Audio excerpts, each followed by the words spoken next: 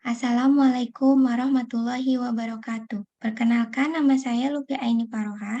Saya di sini akan menjelaskan tentang keterampilan menulis.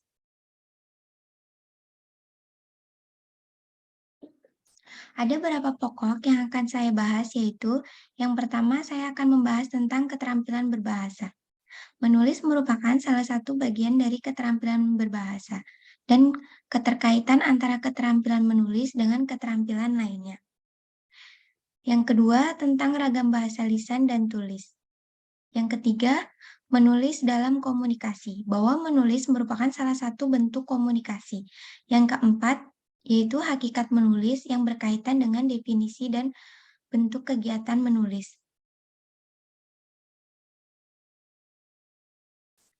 Di mana keterampilan berbahasa itu ada 4, yaitu keterampilan menyimak, keterampilan berbicara, keterampilan membaca, dan keterampilan menulis. Banyak bermunculan pertanyaan, mengapa keterampilan menulis perlu dipelajari dan dikuasai? Karena menulis merupakan salah satu aktivitas yang sering dilakukan, walaupun intensitasnya tidak sesering berbicara dan tidak sesering menyimak. Namun pada intinya, menulis sering dilakukan dan sangat diperlukan dalam kehidupan sehari-hari.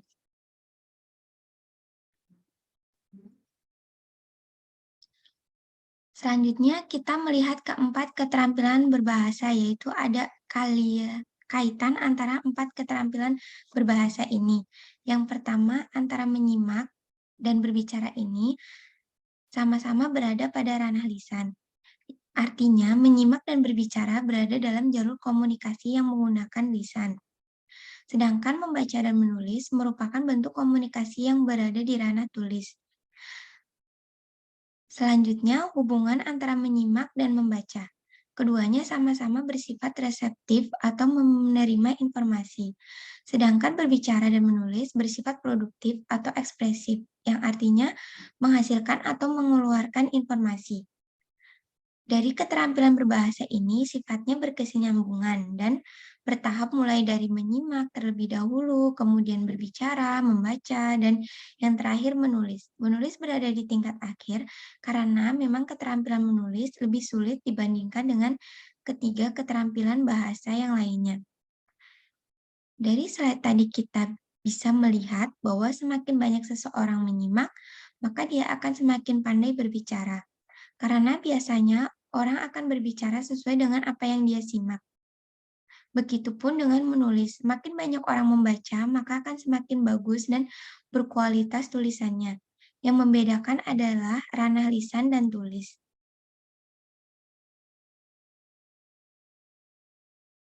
Terkait ragam bahasa lisan dan tulis, memiliki perbedaan dan persamaan. Ragam lisan bersifat primer, yang utama dalam kehidupan berbahasa. Sedangkan ragam tulis adalah sekunder, jadi sifatnya tambahan atau bisa dikatakan turunan dari berbicara. Ragam lisan tidak terlalu memedulikan unsur gramatikal, sedangkan ragam tulis memang harus memuat unsur gramatikal. Ragam lisan itu terikat ruang dan waktu, artinya dikala kita berbicara, dikala itu pula ada yang menyimak, jadi ruang dan waktunya itu terbatas. Sedangkan ragam tulis tidak terikat dengan ruang dan waktu. Bisa jadi saat ini kita menulis dalam kurun waktu lama bisa kembali dibaca. Untuk ragam lisan, hal itu memang bisa terjadi dalam teknologi canggih saat ini. Namun pada dasarnya memang ragam lisan sangat terikat oleh ruang dan waktu. Sedangkan ragam tulis memang pada hakikatnya tidak terikat ruang dan waktu. Selanjutnya, ragam lisan dipengaruhi intonasi atau nada penutur. Jadi kita tahu apakah itu kalimat tanya atau kalimat seru. Bisa diketahui dari intonasinya. Sedangkan pada ragam tulis diketahui dengan melihat tanda baca yang digunakan.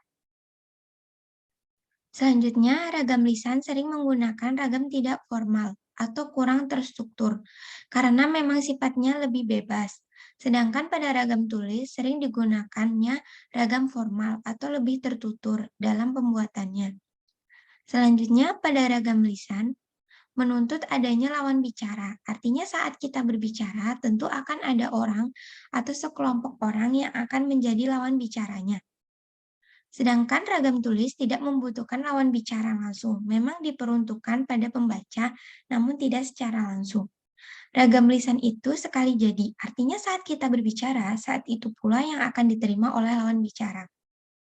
Sedangkan ragam tulis sebelum tulis itu diproduksi, dikirimkan, atau diberikan kepada pembaca, tulisan bisa diperbaiki atau diatur terlebih dahulu sebelum diberikan. Yang terakhir, ragam lisan. Durasi penggunanya lebih banyak dibandingkan ragam tulis. Bisa kita hitung dalam sehari, kita lebih banyak berbicara dibandingkan menulis.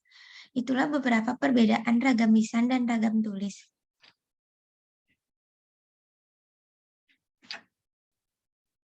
Pada slide selanjutnya membahas tentang komunikasi. Yang dilihat dari unsur dan alur komunikasi di mana menulis nanti merupakan kegiatan dari komunikasi. Adapun unsur komunikasi yang pertama yaitu komunikator. Orang yang hendak menyampaikan informasi baik berupa perasaan, pikiran, atau ide gagasan dalam penyampaian pesan ini. Komunikator menggunakan media yaitu alat perantara. Dalam media ini menggunakan dua cara yaitu media lisan dan media tulisan. Selanjutnya, pesan itu dikirimkan melalui media kepada komunikan. Komunikan adalah penerima pesan yang nanti apakah komunikan menerima perintah atau mendapatkan pengetahuan atau informasi dari komunikator.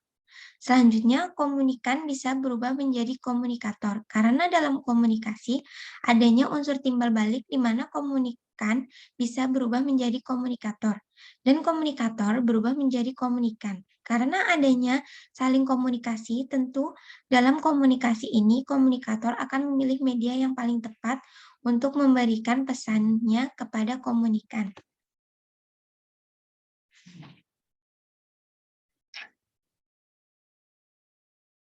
Dan tentunya dilihat dari situasi dan kondisi dari kegiatan komunikasi ini bisa kita lihat penulis menduduki sebagai penyampaian pesan atau komunikator. Sedangkan pesan sendiri adalah isi tulisan.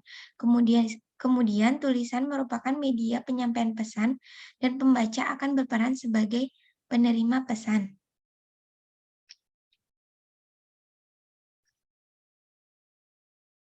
Jadi dilihat dari proses komunikasi ini, apa itu menulis? Bahwa menulis adalah suatu aktivitas komunikasi bahasa dengan menggunakan tulisan dan sebagai media yang di dalamnya berisi pesan untuk disampaikan pada pembaca.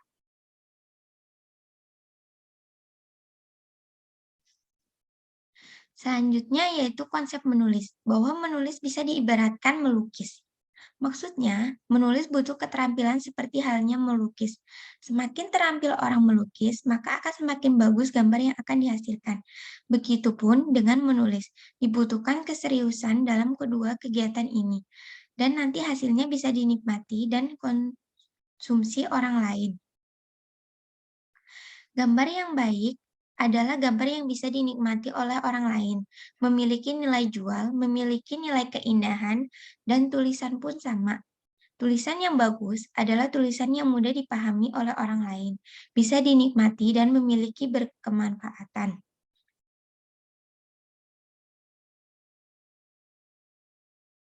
Slide selanjutnya yaitu hakikat menulis. Berikut merupakan hakikat menulis secara garis besar yang pertama. Bentuk komunikasi tidak langsung, karena tulisan bisa dikonsumsi oleh orang kapanpun dan dimanapun. Kemudian menulis ini kegiatan turunan dari berbicara.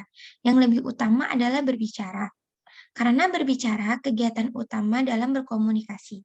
Ketika kegiatan berbicara tidak bisa dilakukan karena keterbatasan waktu, keterbatasan ruang, maka kegiatan menulis yang dipilih untuk menggantikan kegiatan berbicara tersebut.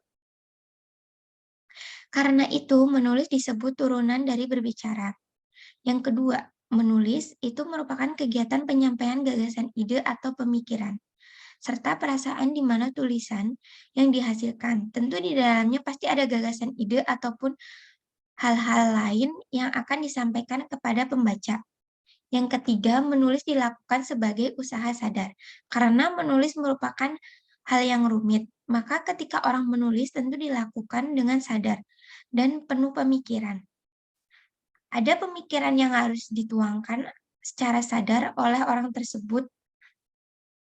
Dan yang terakhir, menulis bisa diperoleh oleh proses belajar dan berlatih. Semakin banyak belajar dan semakin ingin berlatih, maka kegiatan atau keterampilan menulis seseorang akan semakin bagus. Beberapa teori yang ditemukan terkait menulis. Pada teori ke-1, yang pertama diambil dari Kamus Besar Bahasa Indonesia. Menulis merupakan menulis huruf angka dan sebagainya dengan pena. Pengertian pertama ini dilihat dari teknis bahwa menulis itu adalah kegiatan menuangkan angka atau huruf dengan pena. Yang kedua, menurut Kamus Besar Bahasa Indonesia, menulis adalah melahirkan pikiran atau perasaan seperti mengarang atau membuat surat dengan tulisan. Yang selanjutnya, teori 2. Menulis adalah melahirkan pikiran atau ide. Teori ini memandang menulis dari segi esensial, bahwa penulis proses melahirkan pikiran atau ide. Teori yang ketiga, bahwa menulis adalah suatu aktivitas bahasa yang menggunakan tulisan sebagai mediumnya. Tulisan itu sendiri atas rangkaian huruf yang bermakna dengan segala kelengkapan lambang tulisan. Yang lebih lengkap lagi antara pengertian secara esensi dan pengertian secara praktis, bahwa menulis merupakan aktivitas berbahasa, menggunakan tulisan dan dalam tulisan itu terdiri dari huruf demi huruf. Yang satunya dengan yang lainnya saling merangkai menjadi kata dan menjadi sebuah lambang tulisan yang lengkap dan memiliki informasi yang disampaikan dalam informasi tersebut. Tentunya tulisan itu dilengkapi dengan kelengkapan lambang tulisan, yaitu tanda baca dan sebagainya.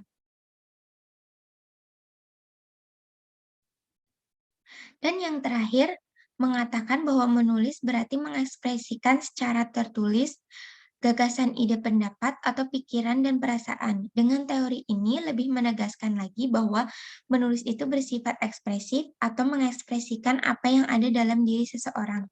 Baik itu sebuah gagasan, pemikiran, ide, pendapat, atau bahkan justru perasaan dari penulis.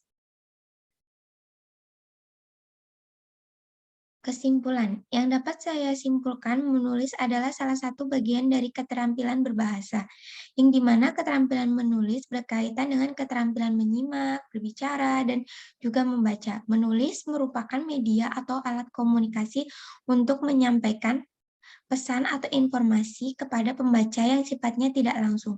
Selain itu, penyampaian gagasan dan ide menulis juga dapat dituangkan dalam kehidupan sehari-hari, di mana menjadikan tulisan sebagai reminder dalam hal apapun. Itu saja yang dapat saya sampaikan. Terima kasih. Wassalamualaikum warahmatullahi wabarakatuh.